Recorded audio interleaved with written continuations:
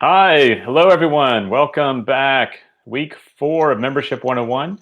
I'm Rodney Gibbs with Revenue Lab at the Texas Tribune, and as always, I'm joined by Yossi from Linfest and Ariel from Membership Puzzle Project. And we have a special guest this week, my colleague from the Texas Tribune, Sarah Glen, our loyalty manager. Is that your title, Sarah? I'm sorry, I should know that. Titles don't matter. They're irrelevant, but yeah, basically. Our Tribune CEO, Sarah Glen, is here today for us.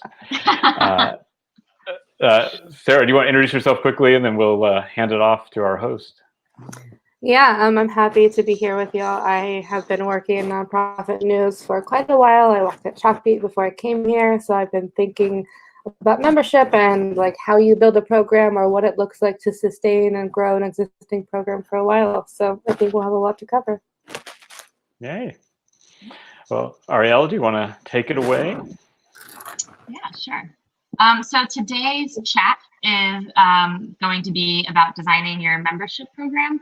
So we'll be getting into like the nitty gritty of what a lot of you probably thought we'd be talking about from the very first day when you found that this was Membership 101. So we'll be talking about how you can sort of build on your membership value proposition to design a membership program that works for your newsroom. And Rodney beat me to the punch on the introduction, but on the next slide, you can see a little bit more about Sarah Glen, including her Twitter. I think we jumped, there we go. Including her Twitter handle and whatnot, if you want to follow up with her after the chat. I'm very excited to have Sarah Glen here. We actually worked together at our college newspaper, and I have been following her work on membership since then. And Sarah, you want to say a little bit before we go forward about this sort of last point on your bio around loops over funnels? Tell me a little bit more about what you mean by that. Yeah, so I actually just dropped a link in the chat, but I went through this Reforge program, and something we've been thinking about, like funnels are the hot word in membership, and they're useful to an extent, right? But like a big thing that larger companies do is like having your outputs go back into your inputs. And so we've been going through some stuff with the Tribune to kind of think about that from our newsletter subscriber to membership acquisition. You know, what are some things we can put in place to say, like, you know, getting one member then also potentially could net you like 1.2 members if they share with their network or other things like that. So I definitely recommend reading that. It's, you know, again, terminology is not the most important thing, but just like trying to think more smartly about how can you get the most out of each thing that you're investing your time into. And then Yossi, I definitely think Yellowbird is one of my favorite local Austin hot sauces, the habanero one specifically, but there's many, so we can offline about that. And we can make sure to include both the Reforge blog and Sarah's hot sauce recommendations in the follow-up email that goes to everybody on Monday morning. And I appreciate the loops over funnels because I think that also gets into the value of memberful routines, which you spoke about last week. So members can provide you not just the revenue that you need to sustain your work, but as we talked about last week, fact-checking assistance. They can help you convene people on your behalf. They can help recruit new members. And so that's really the value of the memberful routines that we spent so much time on last week, is a sort of exponential impact that members can have on the organization beyond just the provision of money to cover your costs. And that actually gets in really well. You've seen this slide before. I've probably brought it up at every one of our sessions at this point. But I wanted to bring up this sort of first point again, because this is something we'll be digging into a lot, and that will be top of mind for you as you design your membership program, is the importance of being fascinated with what your members value, and putting that energy and time and sort of curiosity into what your members value is what will allow you to choose and design a membership program that really resonates with them. And when we get to Sarah's part of the presentation today, she'll share a little bit about what they have learned as they've dug deeply into the sort of behaviors and interests and sort of points of excitement amongst Tribune members, and how they've used that to iterate on their program over time. So I encourage you to just kind of keep coming back to these sort of 5 fundamentals of what we know has worked for member-driven movements beyond news, and what we in the news industry can learn from it today to keep this sort of first point top of mind. So with designing your membership program is about a lot more than choosing which benefits to offer your members and how much you're going to charge for the program. And we will, sorry, Yossi, can you go back? We'll be spending a bit of time today figuring out sort of what are the decisions that your newsroom is going to have to make as you embark on this. So we've watched We usually spend months trying to come up with the perfect mix of benefits and pricing tiers. But while benefits can make the membership experience more enriching, they're often not the reason that people join the organization. They are what add value to the experience. And so the most important part of designing your membership program is some of the fundamentals that we've sort of been speaking about up to this point. Getting the value proposition right, getting to know your audience members deeply so you can understand how to sort of interpret their behavior when they join, why they say they join, what benefits they end up sort of availing themselves of. And so we really encourage you to, before you go into the process of actually designing the membership program, to make sure you've spent some time on the things that we've talked about in the course up to this point. Chiefly like the membership value proposition and what would make the membership experience valuable for your members. That will allow, when you do launch your membership program, it will likely help that have much more traction off the bat. And the other thing is that one thing I want to urge everybody to sort of understand, like sort of dialing down the alarm on the importance of getting it perfect the first time. Designing a membership program is very much an iterative process. And so I encourage you, and we'll talk about this a little bit throughout the day today, is to understand your membership program sort of at launch, maybe as a bit of an MVP, a minimum viable product. Like sort of try it out with a couple of benefits, a couple of assumptions about what people will like, pay attention to how people respond to that, and you can build on it from there. You're likely not going to get it 100% right at launch, and that is okay, because if you have this sort of test and learn mindset that we've talked about at a couple different points in the talk and in the course, you'll be able to sort of iterate on that and understand when something doesn't get traction the way you had hoped, how to sort of go from there and develop the program further. So I think the takeaway from that is we'll talk about the first draft of your membership program today. And I'll encourage you as you design it with your team to think about it as a draft. It's not set in stone. You can make changes over time if certain things don't work as well as you hoped, or certain things take off that you didn't anticipate taking off. This is very much sort of a living thing within your organization, or at least should be set up to be a sort of living thing in your organization. A little bit of a terminology reminder before we jump in. Early on in the course, I talked a little bit about the difference between a membership program and memberful routines. Last week, Sarah, I just want to mute while so membership program and memberful routines is sort of two components of your membership strategy. What we're going to be speaking about today, of course, is the membership program. I just want to sort of reiterate what is the difference between that and some of the other things we've spoken about at this point. Your membership program is basically the product that your reader interacts with when they become a member. It's also sort of a container for managing the individuals who contribute to the organization. And when people talk about membership, this is usually what they're referring to. It's like what happens after they click on become a member. What is the experience that they have with you after that point? And this is the revenue generating arm of membership the majority of the time. And so I just bring this up today so we can be clear about what we all are sort of chatting about here. And the first step to designing your membership program, this is sort of an overview of what we're talking about today. The first is the audience research work that we've talked about already, is figuring out what your loyal audience members value most about you, and then using that to identify your membership value proposition. These are the two things you've already done up to this point. And today what we'll talk about is how do you identify the benefits that align with that membership value proposition, and then a little bit about how do you design that sort of membership program MVP, and how can you prioritize those benefits, which would be the most impactful for your members and for your organization. Next.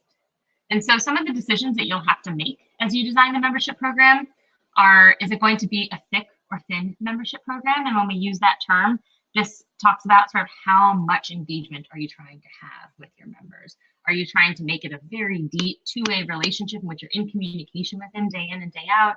Or is it going to be more on a case-by-case basis? This sort of gets to how much you're sort of trying to implement memberful routines with your members. The other questions, decisions you have to make, benefits you'll offer, what you're going to call your membership program. Many people just call it membership and they call people their members. That is 100% okay. That is what majority of the time. But some organizations choose to sort of brand it a little bit more in alignment with their organization. I'll share a few examples of organizations that have done that. So the sort of naming conventions and branding are another thing you'll have to decide on. And of course, you'll have to make some decisions on pricing as well. And the one thing I want to sort of urge you, in addition to sort of that fascination with audience members and what they value, to keep in mind is that You need to be thinking about all three elements on this screen as you design your membership program. It needs to be something that people want. And I know that's what we're all thinking about constantly, but you also need to make sure that what you put out there is something that you can deliver on, both from a technical standpoint. Do you have the right tools in place to do whatever it is that you've said you want to do for your members through the membership program? And can you afford in your time and your actual financial resources to do what you set out to do? A lot of organizations spend a ton of time thinking about what benefits they're going to offer and what people want, and then they can't actually deliver those benefits when they launch the program. So be very careful as you think about what you're going to offer your members. Make sure that you are going to be able to offer that if you get 100 members in the first month, if you get 200 members by the end of the second month. Be prepared to sort of keep up with the scale of your program as it grows. And so that's why I bring up this sort of framework here on the screen about viability, feasibility, and desirability, is it needs to not just be something that people want, but it needs to be something that you can consistently deliver. Because the worst thing that can happen is if you offer them something, they expect it, and then they never get it because you end up not being able to deliver on that thing. Whether that's like you say you're going to do weekly event series, and then you realize you don't actually have the ability to deliver them weekly, and they need to step down to monthly. Make sure that you are offering things to people that you can actually sort of deliver on. That's that viability question that you see there. And so one of the things that we did when we were working on the membership guide at MPP is looked across the membership benefits being offered across dozens of organizations. And we tried to sort of categorize them as best we could, because one of the questions that we got the most often from organizations who were launching membership is, I don't even know where to start. What benefits should I offer? And so one of the things that we tried to do here is bucket the types of benefits that you see out there. This full sort of list of benefits is available on the membership guide, and you'll find it in the links in the slides after the session. But you see here things like exclusive access, and that might be a member-only newsletter, member-only event, or being able to access certain content. Maybe it's early access. So sometimes people keep all of everything they do available to everybody, but members get access early on. Maybe events are always really in demand and sell out, so members get to sign up for events a day early. That's something that we've seen the Daily Maverick in South Africa do with a lot of success. Sometimes it includes discounts to events or to local businesses and institutions. Sometimes it includes getting to join an online community, whether that's a member-only Slack or Facebook group, the opportunity to comment. There is, of course, swag. That is a very common component of people's membership programs. Sometimes people do short-term topical benefits. So like if you join during this month, you will get this thing, or if you recruit somebody during this month, you will get this thing. Organizations often do that when they're trying to hit a certain goal, or they have a major news event that they can sort of capitalize on. Maybe some of you are doing something like this right now during Newsmatch, is offering certain benefits for those people who are joining between now and December 31st if you're a nonprofit newsroom. So these are some of the sort of categories of benefits, and we offer this not as a exhaustive list. Probably many benefits that organizations have offered that don't show up on this table, but we hope that by offering categories, this can help you and your team sort of brainstorm through what most makes sense for you. Next. And so the process of choosing benefits is a lot more straightforward than it probably seems when you first sit down with this problem. The first thing, if you have done the membership value proposition work through the template that MPP has used, we would encourage you to go back to your strategizer template and look at that sort of how it works section of the template, because that tells you how you're going to deliver on offering value to your potential members. And you're going to want to think about what benefits speak to that. And then you're going to want to ask two questions as you go through this process. Who is this element of the membership program for, and why would they want it? Is it something that your organization wants, or is it something that they would want? And this sounds like a very simple question, but I'd encourage your team to really sit with this question for each benefit that you offer, because news organizations sometimes get tripped up on what they think members are going to want, or they're trying to solve for a problem that they have internally that isn't necessarily something that members are seeking. And the other question, of course, gets to that viability question, is what does this cost you in actual cost and staff time? This is important for making sure that you can actually deliver on the thing that you're offering. And if you're having trouble prioritizing, you can use an impact effort matrix. I'm going to go through these sort of step by step now, but this is sort of the 3 steps to identifying the benefits that you might offer. Figuring out sort of how they connect to the value proposition, of course, is everything that comes after that byword in this template, if you had used this to identify your membership value proposition. So this might be, in the case of the Richland Source, by connecting people who care about the city and want a better future for Mansfield. That is their buy. How are they going to deliver on that? That's what the benefits sort of come down to. So if you're having trouble thinking about a starting point for your benefits, you're going to want to look at this how it works section of your strategizer value proposition template.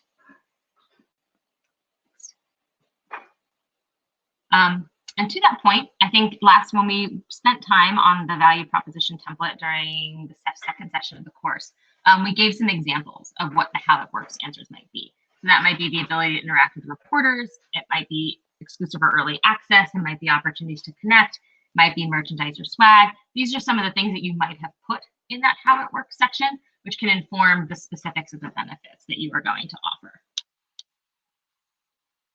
All right. And if you end up with a list of 10 benefits because your team got together to brainstorm and you just kept coming up with ideas and now you don't know how to prioritize those ideas, we, in the membership guide, offered a sort of value effort matrix for making decisions within your organization. This is a sort of riff on the impact effort matrix that many of you might be aware of if you've gone through any sort of product thinking course. But basically, what you would decide whether something is low value or high value by reflecting on what you heard from your audience members through your audience research. So they likely gave you some pretty strong understanding of what they value about your organization, what they value in their member experience. So that would help you decide which of these two sort of boxes on the y-axis you would be looking at, putting that benefit in. And then on the top, across the x-axis, you see low effort and high effort. And whether something goes in the low effort or high effort box will be determined by how hard it is to offer that benefit. It's potentially very easy to write a member-only newsletter once a month, so that goes in the low effort box. It is very high effort to offer a weekly sort of coffee with the reporters, both in staff time and sort of providing for that and closing the feedback loop, so that might go in the high effort category. Say you do a big annual event for your members, that's probably going to go in the high effort category. But say you do a sort of like members get to come to your regular events 30 minutes early, that's potentially lower effort because you're just adding something on to something you're already doing. So that's an idea sort of how to use this matrix to prioritize if your organization ends up coming up with like 10 different benefits that you want to offer and you're trying to figure out where to go from that. And so this matrix gives you an understanding of how you can use this to iterate from there. You should focus, especially in the beginning, on offering those that are high value and low effort. So things that are pretty easy for you to work on and you know for sure that people are going to value because of feedback that you've gotten from them with audience research. You might consider adding some of these high value, high effort benefits if you can figure out a way to sort of lessen the effort required to offer these, or maybe you put them on your roadmap for a couple months in when you have a little bit more of an understanding of how to streamline your approaches and some of the other parts of the membership experience have become easier to sort of act on.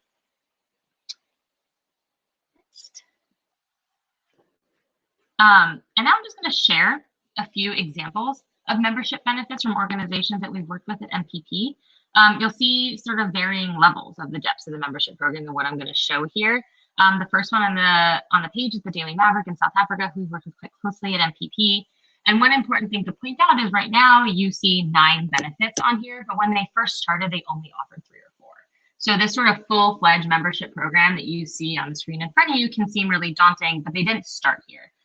Where they started was the bi-weekly behind-the-scenes member newsletter, the ad-free browsing experience, the Uber vouchers, and the early bird booking.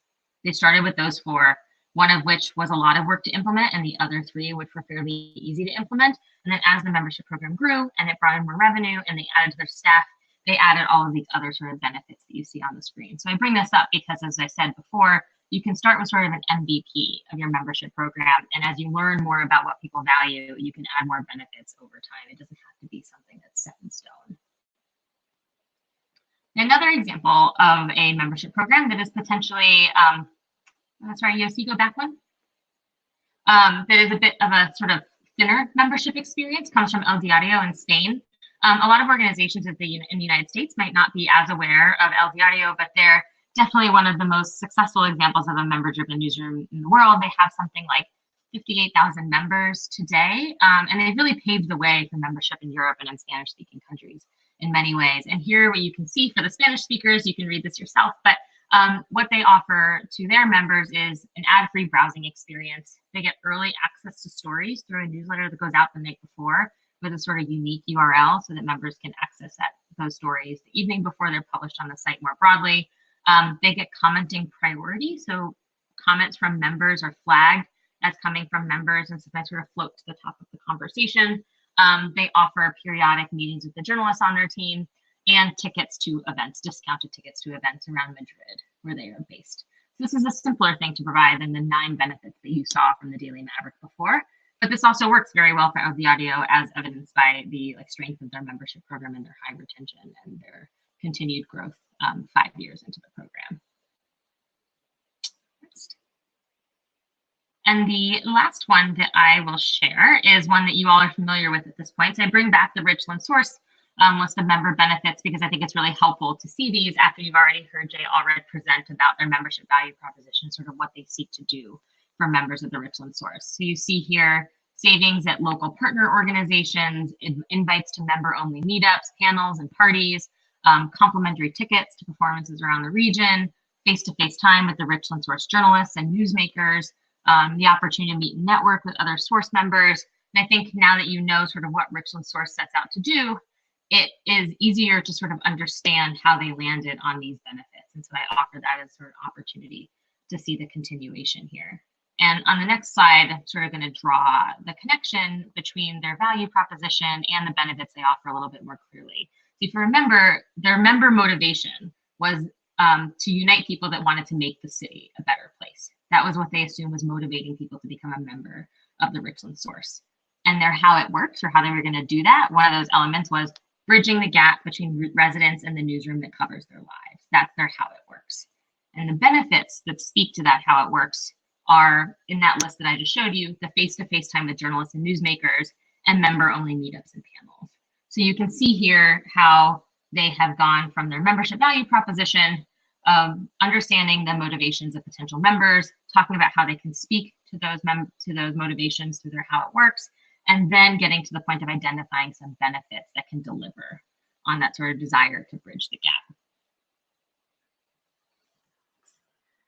And the last thing that I'll mention, especially vis-a-vis the Daily Maverick and how they iterate on their program over time, is there are a couple of different ways that you can figure out sort of what is working and what isn't working in your membership program. First, there's a number of things you'll be able to answer simply by looking at your data. So if you're wondering if people are enjoying the member-only newsletter, that's a pretty simple thing to answer because you can look at the open rates on your member-only newsletter. And you can also look at what percentage of your members are opening that regularly. So that's an example of something that you can figure out just by looking at your data. And then we brought this up briefly in the audience research section, but the easiest way to sort of survey your audience members and find out what is working is to ask them which benefit they value most and which benefit they value least. We've seen a lot of people ask people to rank all of the benefits, and that doesn't give you any different answer than asking them to just offer what they value the most and what they value the least. It gives you the same information, and it is a lot less onerous for the member to potentially answer that survey. So if you can't get the information that you need from looking at the data on your membership program, this sort of single question or 2-question survey might get you the information that you need. The other thing to think about is considering the value of that benefit against the cost of offering the benefits. That gets back to that sort of impact effort matrix that I shared there. If you're really struggling to deliver on a benefit, even if it's high value, you might ultimately decide that it's something that you have to stop offering. This is something that Scalawag here in the United States had decided to do earlier this year. They decided to stop offering their print magazine because it was just taking up too much of their resources as they were trying to sort of achieve a digital transformation. And they announced the ending of the print magazine. They were really clear about why. They shared the numbers, they shared how much they were spending on it and how much they were bringing in. And they did this really transparent and gracious email to their members, explaining to them why they were making this decision. And so that kind of gets to this last point here, which is if you decide to stop offering a benefit, make sure you take a moment to explain to your members why you are choosing to do that. And if you offer that sort of transparency and show them how it is going to help your organization continue to do your core journalism work, it's unlikely that you're going to have any real problems with the decision to stop offering that. as long as you sort of explain to people why that is happening. I know we just moved through a lot, but I hope that that process is sort of fairly easy to understand. Does anyone have any questions on sort of the steps to developing this first draft of your membership program? If there's any questions that came up in the chat. Ariel, we have one in the question box. Yes. Do you see it or do you want me to read it to you?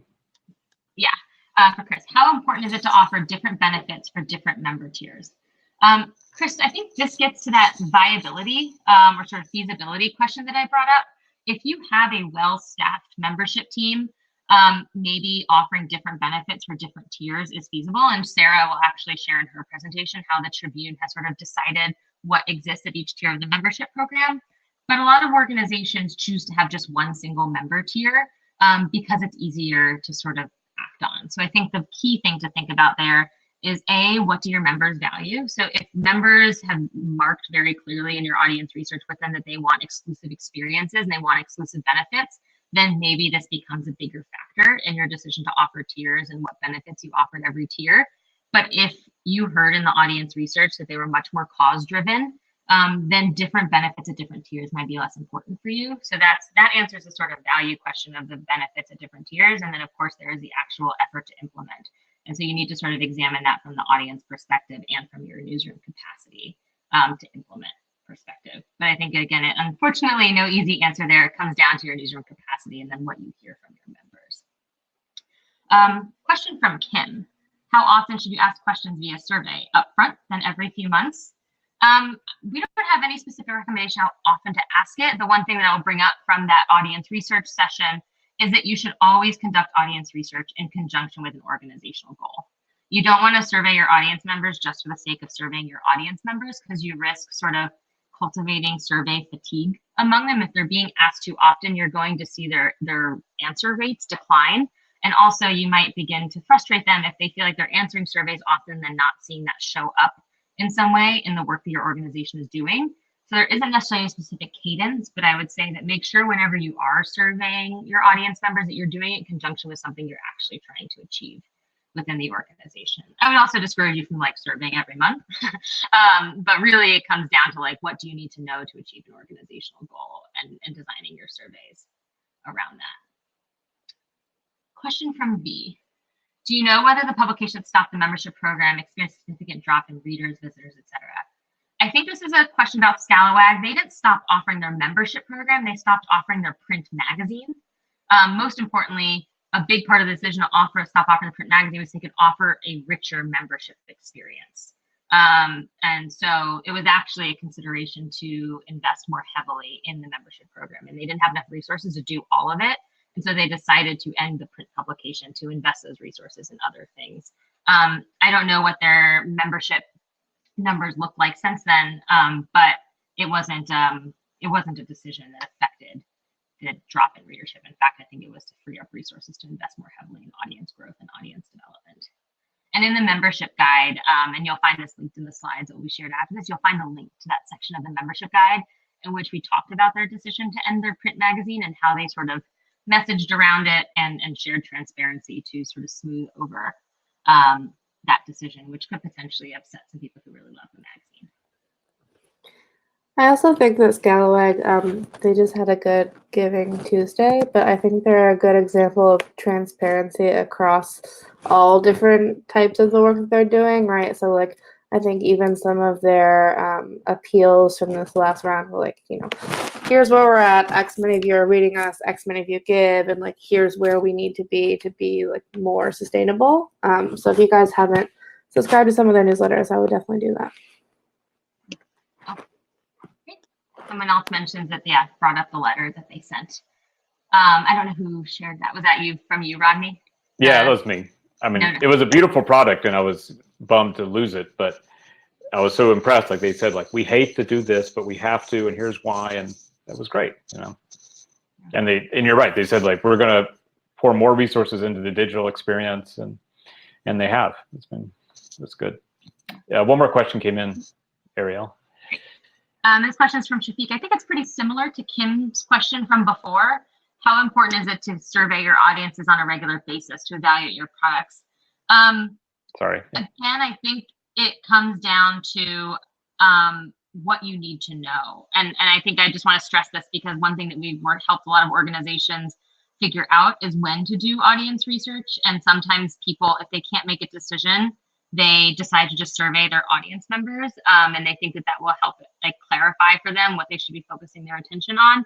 But you should start by first figuring out what your organizational goals are and then what information you need to know about your audience members in order to work towards those goals. So it's sort of an order of operations question. Don't survey your audience members first and then decide what your goals are going to be. Decide on your goals first and then go and seek out the information that you need from your audience members in order to work towards those goals, whether that's to design the new sort of editorial product that accompanies that, or it's to figure out what benefits to stop offering, but figure out first what the goal there is and then design the survey. And there's a little bit more information in the audience research section of the membership guide that sort of gets into like, how do you figure out what you actually need to know about your audience members?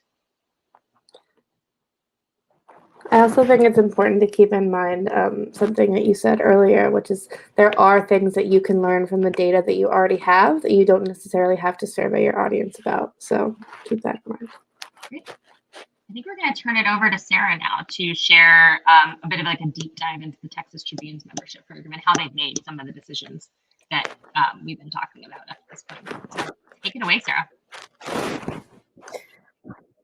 Great. Like I said, feel free to drop any questions at any time. You'll see if you go to the next slide.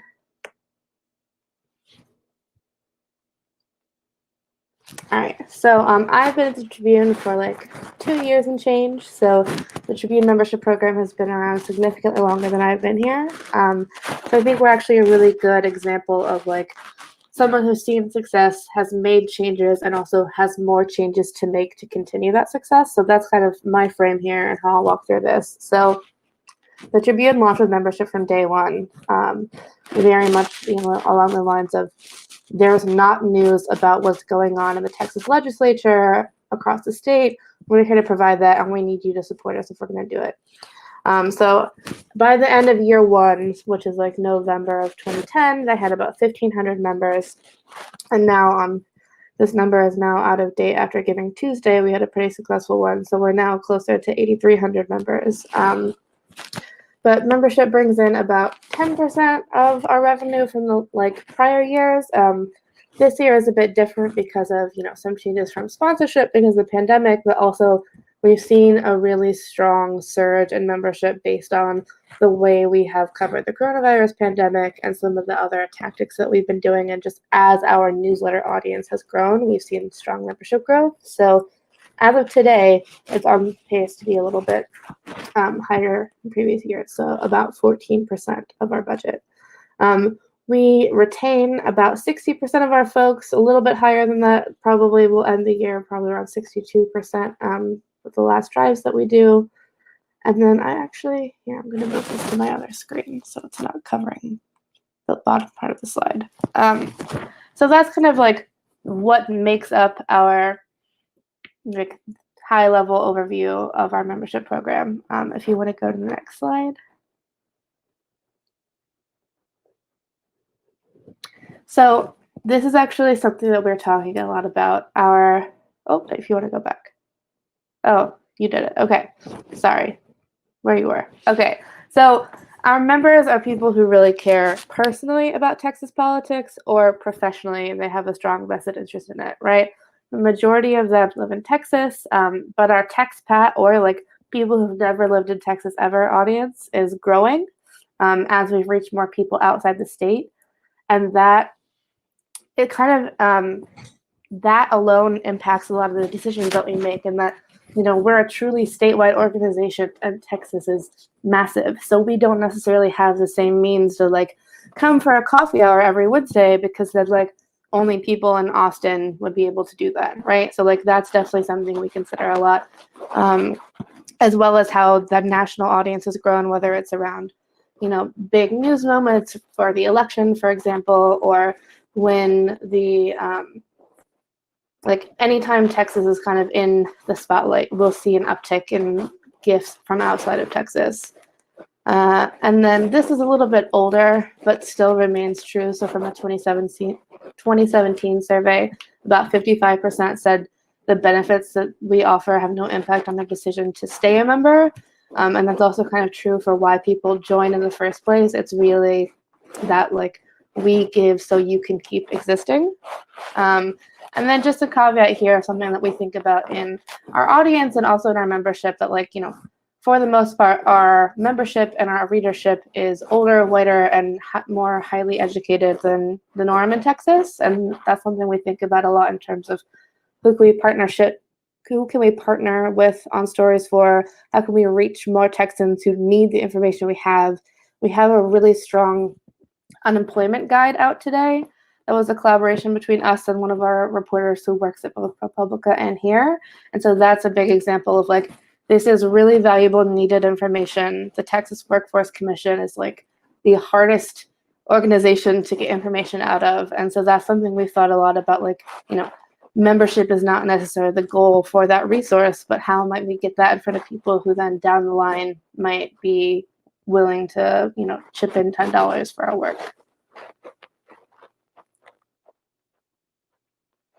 And so this is kind of our member value proposition as it stands. I think there's some room to be flexible in this in the future. So I'll walk through this and then kind of explain like what we are rethinking.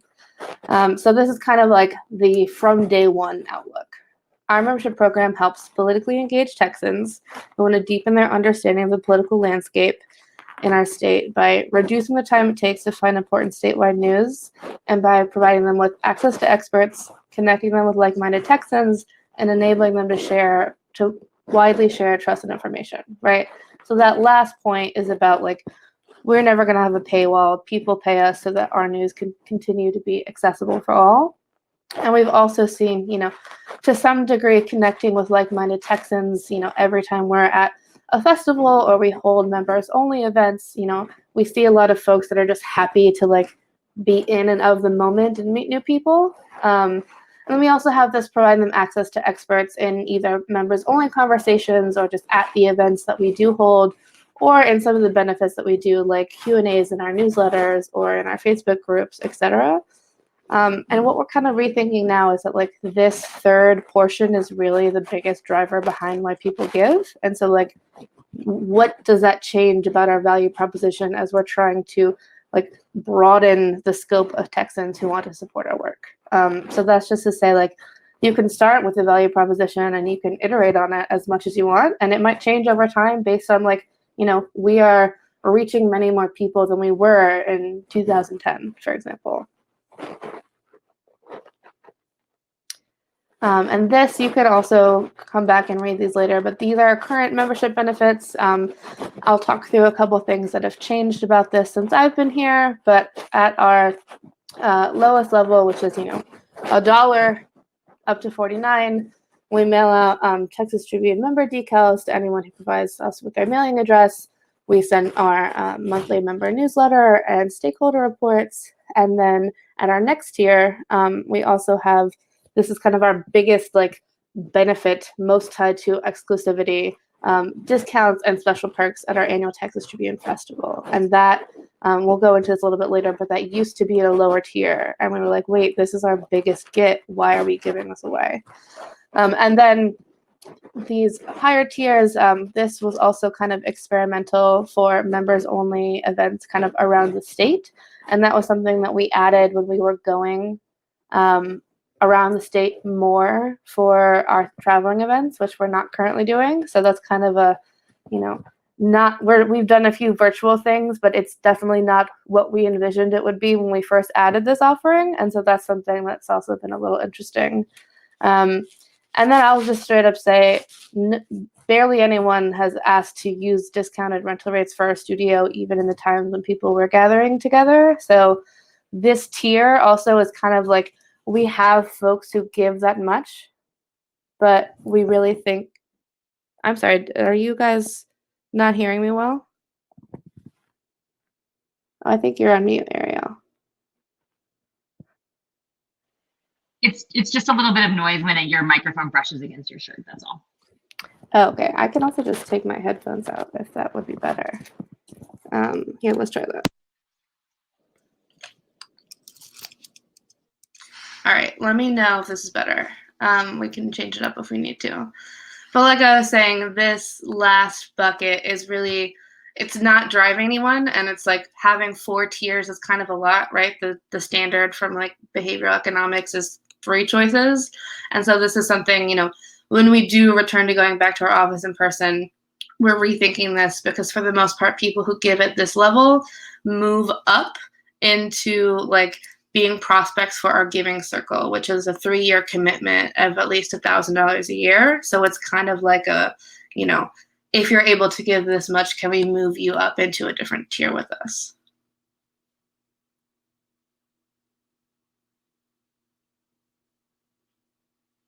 All right, so I'm going to go a little bit deeper into the festival. This is something that we've done that was just our 10th year this September, and obviously this year was very different than what we've done in the past. So the basics are members get a $50 discount on up to 2 tickets.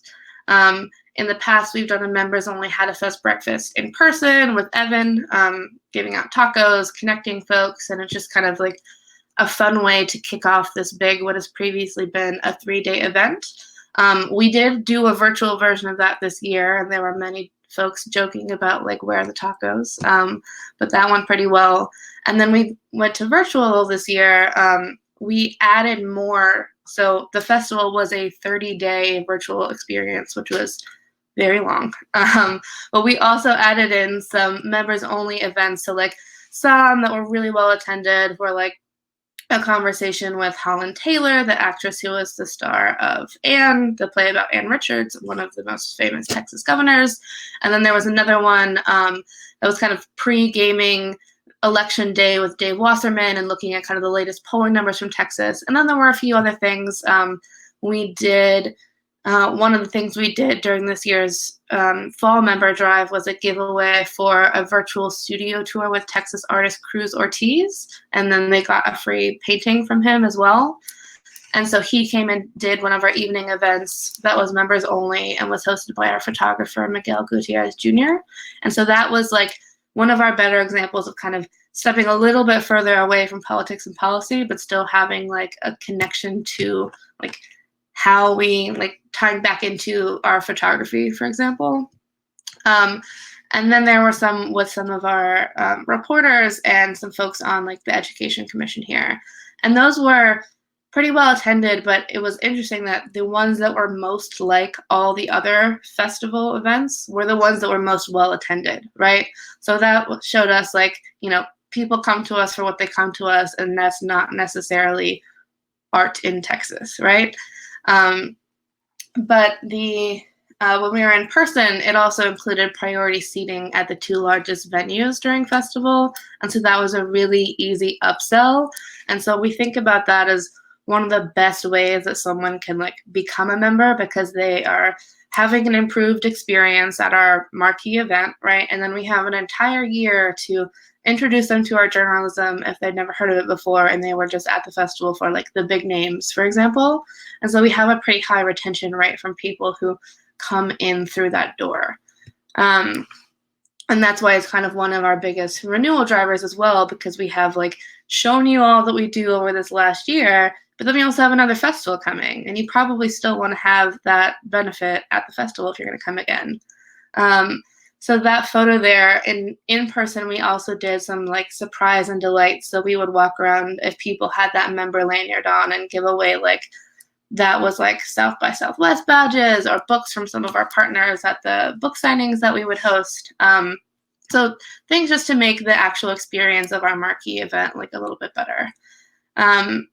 But what we changed over time is, like I said, that $50 discount on up to 2 tickets used to be in our $35 bracket, which meant we were losing money alone if, you know, $15 ahead.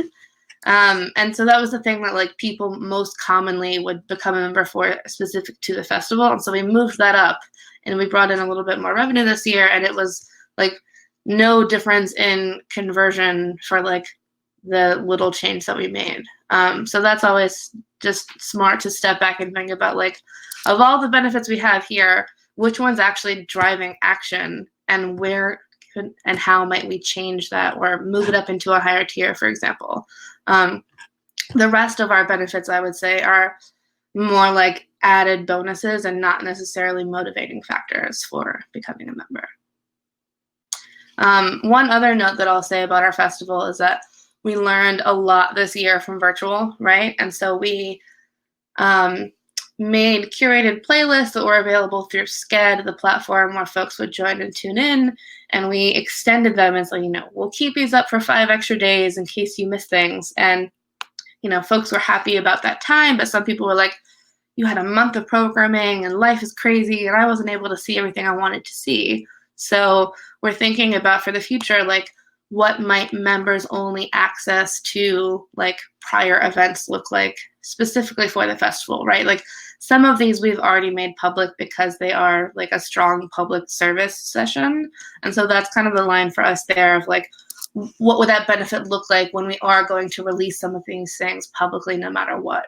And so that's something to think about as you're keeping access in mind if you are, a public service organization.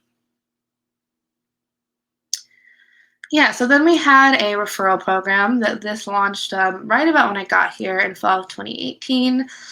And so it's tied both to, like, how we encourage people to share our journalism, mainly around, like, their welcome notice when they become a member, but also when they, like, every time we do a big drive, for example, we normally have some sort of raffle that we give away, either for new members, for members who chip in during that time, or for members who refer other people. And so we'll, like, paste their custom referral link into that email with that other language. And so that's brought in around $7,000 since we launched, not much. But it's tied mainly, like I said, to those giveaways, or we would do big, like, vacation packages when people could still vacation safely. But we didn't see a lot of traction there, and it's still, like, somewhat a manual process. It's, like, a little bit higher on the effort than we want something that's this basic to be. And so we've done that a little bit, but more so we've kind of scaled this back and are thinking about what can we do for a referral program that's less about, hey, become a member because I love it and think you should, and more about, what if you subscribe to this newsletter, right? Like, a lower barrier to entry, right? Like, your friends sending you this thing and saying, hey, give money, is useful for a certain crowd of people, but is not actionable for a lot of the folks that we're thinking about engaging with. And so that's kind of how we're rethinking that right now for 2021, and to see what that looks like, especially as, there are countless examples of very successful newsletter referral programs like the Morning Brew, for example, and many others. So this is kind of a recap of some of the changes we made over time. So, like, internally, we have that, like, before I got here, membership was under the development team. So that reported up through Terry Quinn, our Chief Development Officer. And then we kind of realized that this was so connected to our journalism and our editorial that it kind of moved onto our audience team. And we've made a lot of gains there just in kind of, like, being more in tune to what was happening with the newsroom on any given day. And now we've kind of transitioned to thinking about membership, like, more as a product, right? We always did to a certain degree, but now, like, I attend the sprint planning meetings that we have, and I'm working more closely with our engineers to help prioritize, like, okay, of the list of things in membership, like, what matters now, or what could drive more dollars sooner if we were to act on this. And then another internal example is, previously we had this small bucket of small donor non-members, right? People who gave less than $35. This is fairly common. I think the News Revenue Hub still thinks about this categorization, but we weren't seeing a lot of, like, there were people who were giving like $30 or $25, and if they got, like, the member emails and, like, the renewal reminders, we thought those folks would again continue to give us that money. And so we just completely got rid of that, like, separate pool of folks and said, if you give us any money, you're a member. And it kind of reduced friction, and it simplified a lot of these processes that we have that weren't really helping us. And so that was like a relatively easy change to make, but a pretty high impact one in terms of like staff time, especially.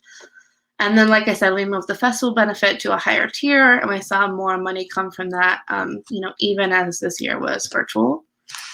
And so we also, more externally facing, again, we experimented with members-only benefits as add-ons to our statewide traveling events. So we did two, as one in Dallas. We were already going to be there for another symposium type event, and we did kind of a evening before conversation with a Dallas-based author and Evan that was in a local bookstore that we partnered with, and so we have a strong relationship with them. We had about 50 people show up. The room was quite full, and it was just a good experience. Not even all of those folks were going to come to the event we had the next day, but then some of those same people, we've built relationships with them over time. I've had a couple of them via Source or like seen them come back to festival, and like just have a better relationship with those people. And then we did another one. We were down in the valley and we streamed one of the documentaries that we made about the border at a local cinema.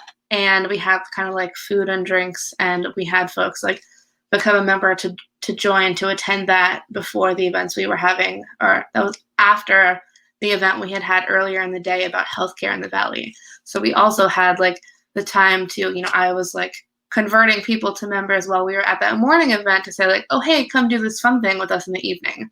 And so I think, those were not as, they're kind of in between, like they're easier because we're adding them on to other events, but there's still like, resources for food and beverages or time for finding partners who won't charge us to use a space. So like, that's something that I think we saw some success from and might replicate in certain areas where we already have a certain threshold of members, right? But we also travel to places like Odessa, where we have a much smaller pool of members, and so it wouldn't be as effective for us to do that. So I think that's something that's still in our playbook, but is not necessarily, going to be pitched as a benefit forevermore.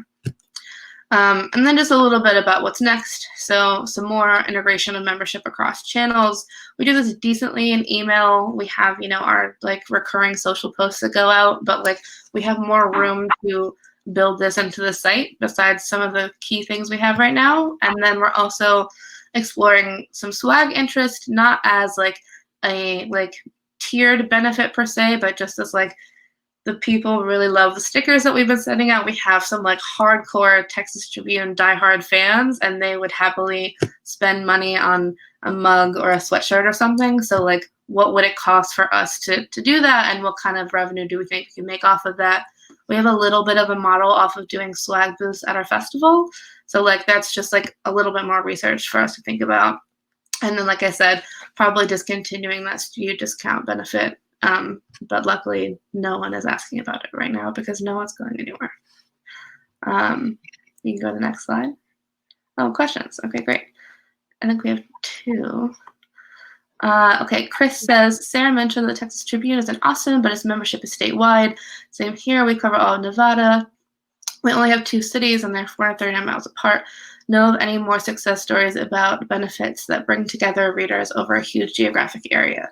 So one thing, I think, this is very similar, Chris, is that we have seen success with virtual events. So for example, we hired a new editorial director and a new chief product officer earlier this year, and we had a members only coffee hour where Evan introduced Stacey Marie and Millie, and that was extremely well attended. We did something else as part of our spring member drive, where we had a members only event with an author. We also have done like more than we've ever done, actually. So like another great example is Miguel Gutierrez Jr., our photographer, and Shannon Najmabadi, our women's healthcare reporter, did this amazing story that covered like during the first wave of folks in the valley being overwhelmed by the coronavirus, they embedded inside a hospital and took these photos and told a story that was extremely powerful, really on mission. And so we had them come and talk to. It was I would say about 100 people on the line, so not like the largest attended virtual event, but a very engaged core set of folks. And then we wrote that up and then released that like, on a private YouTube channel. So like put that in our member newsletter and did some of those things where, you don't have to physically be there. I think it's really smart, especially if you're statewide, but in general, to have a good handful of events that don't have to be tied to any specific place. And let's see, Michael says, oh, go ahead.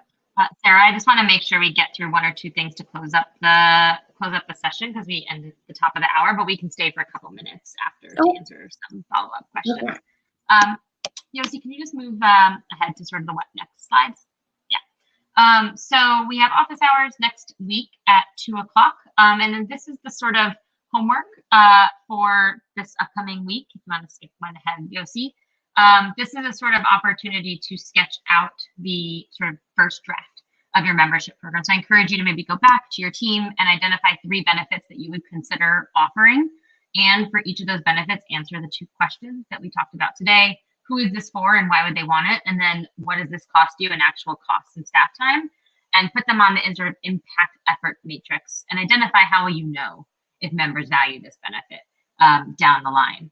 This is sort of an opportunity to like workshop through what we talked about today ahead of our class next week. And if you want to stay a few more minutes, we can answer a few more questions, but next week is our last session and we will be sort of getting into a lot of the logistics of running your membership program. So we'll talk about what are the sort of costs that you should be thinking about when you're building out your budget.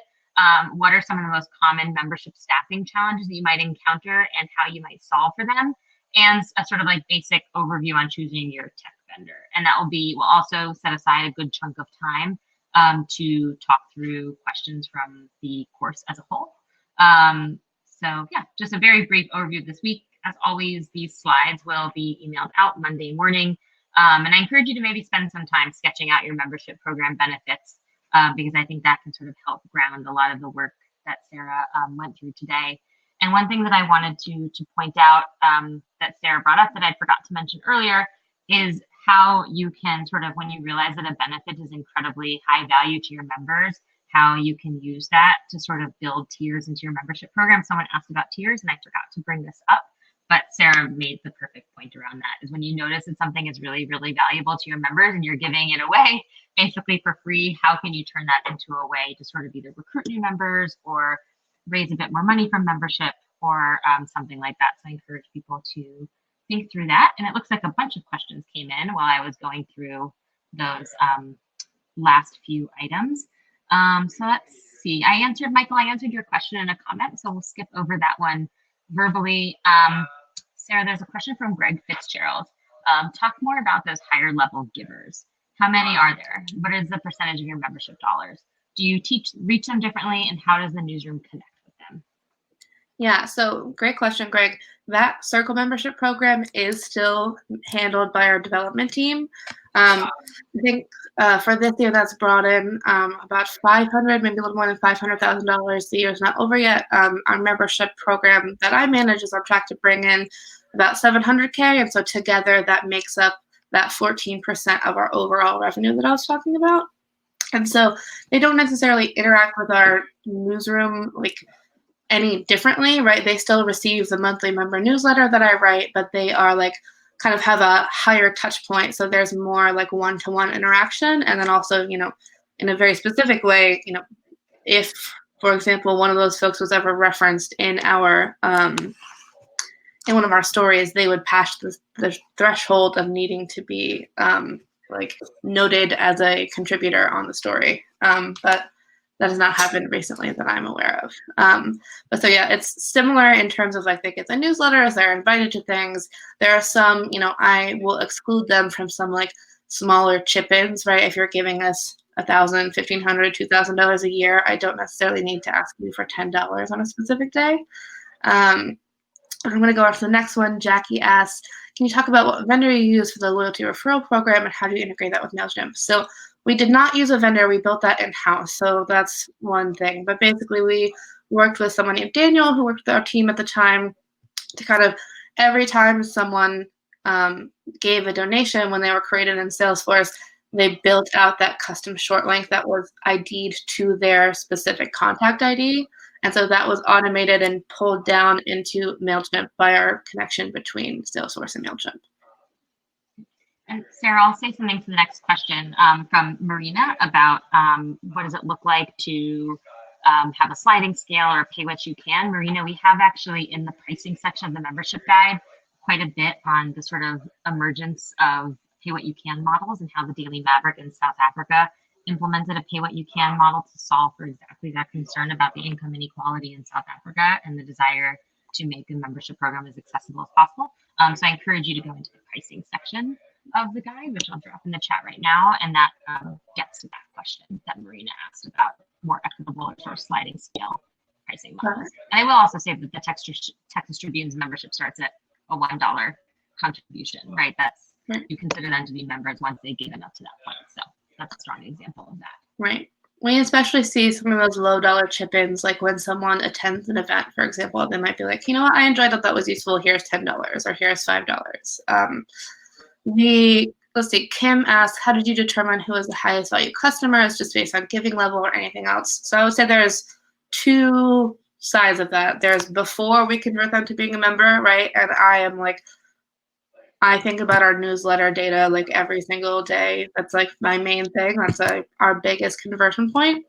And so I'm looking at, in MailChimp, for example, we think about engaged folks as having a 4 or 5 star rating, but there's also a little bit nitty grittier of like how many newsletters do they receive? Are they opening it, 80% of the time? So I segment my appeals based on engagement so that like the folks who are all more likely to open it are in the same send cohort, and it's less likely for them to like wind up in spam, for example, or something else like that. And then it's kind of the same thing after they give, right? So like I also think about, there's dollar amounts, right? So if I'm ever doing some like really explicit, we're X far from our goal and you've given $500, I might do a segment on that just to like getting 3 $500 folks versus a larger amount of $25 folks. But I also still think about newsletter engagement after they've given, because we'll also sometimes like send out specific segments, say like, we're this close to the end of the year, you're really engaged, can you forward this to 3 friends? Or I'll also think about event attendance, right? And sometimes I'll write custom follow-ups to people who attended an event but like lapsed in their giving, right? It really just depends on where we're at in the year and like how successful a particular event might have been. Then I think we have 2 more. I think we'll have to end today, unfortunately, because we technically ended at 2 o'clock. But we do have office hours on Tuesday, everybody, if you have a burning question you didn't get to, and we will also make sure that we have we'll have some time at our last session next week to think through some of these questions. So I'll definitely put aside some time for big picture questions, and Sarah's going to be with us as a guest or as a listening on the call next week if we have some Texas Tribune specific questions. So, okay. Thanks, y'all. Yep. Thanks, everybody. We'll see some of you on Tuesday in office hours and everybody else next Friday. Thank you, everyone.